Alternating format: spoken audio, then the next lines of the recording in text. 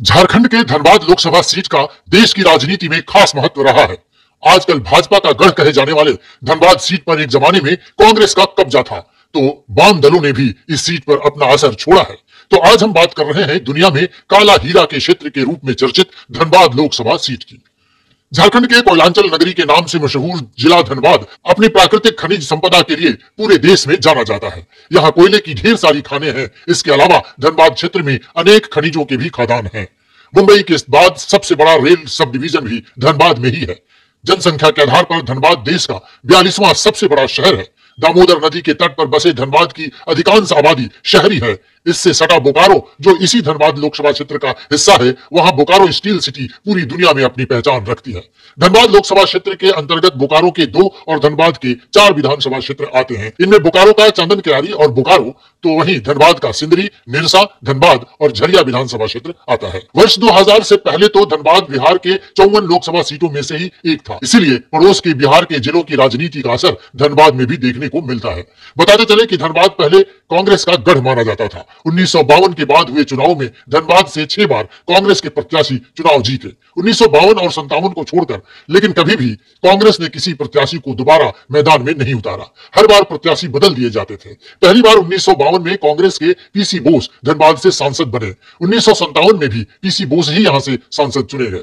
1962 में कांग्रेस नेता पीआर चक्रवर्ती धनबाद से सांसद चुने गए, तो 1967 में रानी ललिता राजलक्ष्मी निर्दलीय चुनाव लड़ी और सांसद चुनी गई। 1971 में कांग्रेस नेता राम नारायण शर्मा धनबाद से सांसद चुने गए, तो 1977 और 1980 में मार्क्सवादी समन्वय समिति के नेता ए.के. राय ने कांग्रेस की जीत के सिलसिले को तोड़ दिया और 2 बार यहां से सांसद चुने गए। लेकिन 1984 में कांग्रेस ने कद्दावर नेता शंकर दयाल सिंह को मैदान में उतार दिया और वो जीतकर संसद पहुंचे। इसी तरह 1989 में भारतीय कम्युनिस्ट पार्टी के ए.के. राय ने एक बार फिर कांग्रेस से यह सीट छीन ली। धनबाद में पहली बार कमल खिला 1991 में। फिर क्या था, धनबाद की राजनीतिक फिजा ही बदल गई और तब से लेकर आज तक इस सीट पर भाजपा का कब्जा है। बीच में वर्ष 2004 में एक बार कांग्रेस के चंद्रशेखर दुबे चुनाव जीत गए थे। 1991 में चर्चित आईपीएस धनबाद के एसपी रहे शहीद रणधीर वर्मा की पत्नी पहली बार राजनीति में उतरी और लगातार 4 बार 1991, 1996, 98 और 99 में धनबाद से सांसद चुनी गई। बताते चले कि एसपी रणधीर वर्मा एक बैंक डकैती को नाकाम करते समय अपराधियों की गोली के शिकार हो गए थे, जिसके बाद उपजी सहानुभूति लहर में उनकी पत्नी रीता वर्मा को जनता ने अपार स्नेह दिया और 4 बार सांसद बनाया। एसपी रणधीर वर्मा को तत्कालीन सरकार ने अशोक चक्र से नवाजा था। वर्ष 2009, 2014 और 2019 में धनबाद से पशुपतिनाथ सिंह सांसद चुने गए। इस तरह धनबाद के मौजूदा सांसद भाजपा नेता पशुपतिनाथ सिंह ही है। धनबाद लोकसभा क्षेत्र की बड़ी आबादी शहरी है और जो कुछ आसपास के गांव में लोग रहते हैं, वो अधिकांश लोग खदानों में काम करते हैं। हैरानी की बात है कि इतने महत्वपूर्ण शहर में आज भी सड़कें, बिजली, पानी और मूलभूत सुविधाएं भी ठीक तरह से बहाल नहीं है। अंधाधुंध अवैध खनन के कारण विधि व्यवस्था का सवाल तो यहाँ सबसे बड़ी समस्या है। इसके अलावा कोल माफिया के बीच गैंगवार के कारण भी क्षेत्र की जनता त्रस्त है। ग्रामीण इलाकों में खेती लायक जमीन पर सिंचाई का अभाव बड़ी समस्या है। धनबाद के झरिया में वर्षों से कोयला के खदानों में लगी भीषण आग के कारण पूरे झरिया का अस्तित्व खतरे में है। सरकार ने तो अधिकांश जिले को खाली करने का आदेश भी जारी कर दिया है।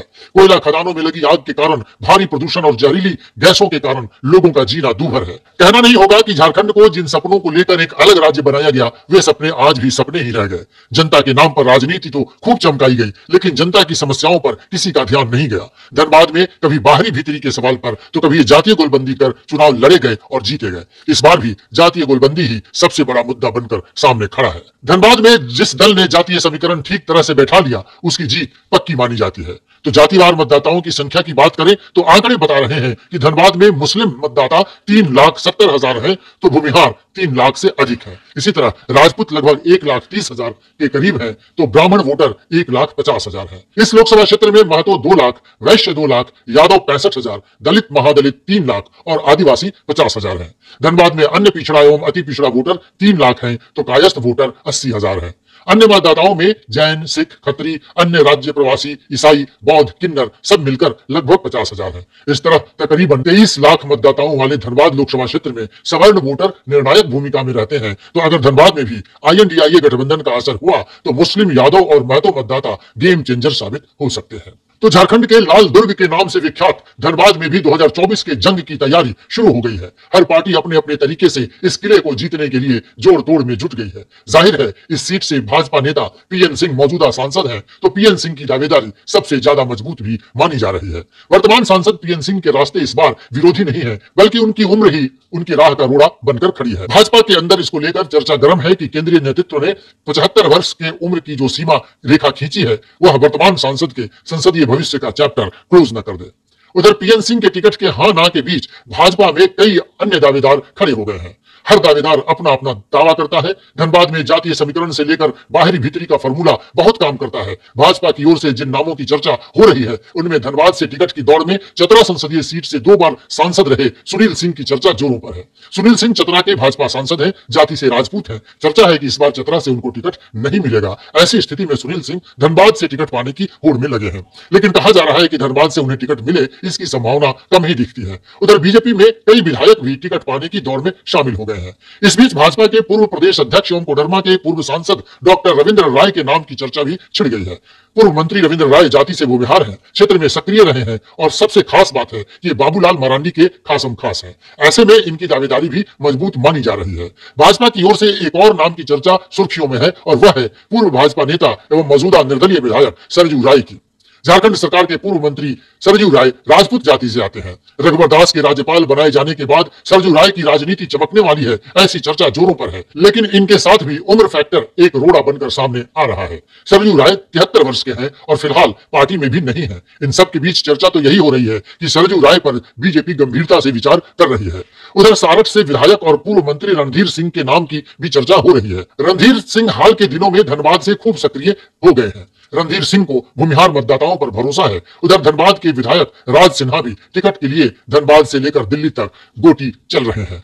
वह पूरे धनबाद संसदीय क्षेत्र में 1-2 वर्षों से खूब घूम टहल रहे हैं। उधर महागठबंधन में टिकटों को लेकर मारामारी भी कोई कम नहीं है। पिछले चुनाव में पूर्व क्रिकेटर कीर्ति झा आजाद कांग्रेस के टिकट पर लड़े थे और पीएन सिंह से करीब 5 लाख वोटों से हार गए थे। ऐसे में INDIA गठबंधन के लिए यह सीट बड़ी चुनौती बन गई है। चर्चा है कि वर्ष 2014 में धनबाद से कांग्रेस के टिकट पर चुनाव लड़ चुके अजय दुबे अपनी दावेदारी पेश कर रहे हैं। कांग्रेस ने हाल ही में अजय दुबे को धनबाद लोकसभा क्षेत्र का संयोजक बनाया है। चर्चा है कि अजय दुबे इस बार धनबाद से कांग्रेस का प्रत्याशी बनने की जी तोड़ कोशिश में लगे हुए हैं। लेकिन अजय दुबे की दावेदारी को चुनौती देने के लिए कमर कस के तैयार हैं कांग्रेस के प्रदेश अध्यक्ष राजेश ठाकुर। राजेश ठाकुर भूमिहार जाति से हैं। क्षेत्र की जनता में खास तौर पर भूमिहार वोटरों में अच्छी पकड़ है और क्षेत्र में लगातार सक्रिय है। कहा तो यही जा रहा है कि राजेश ठाकुर का टिकट लगभग कंफर्म है।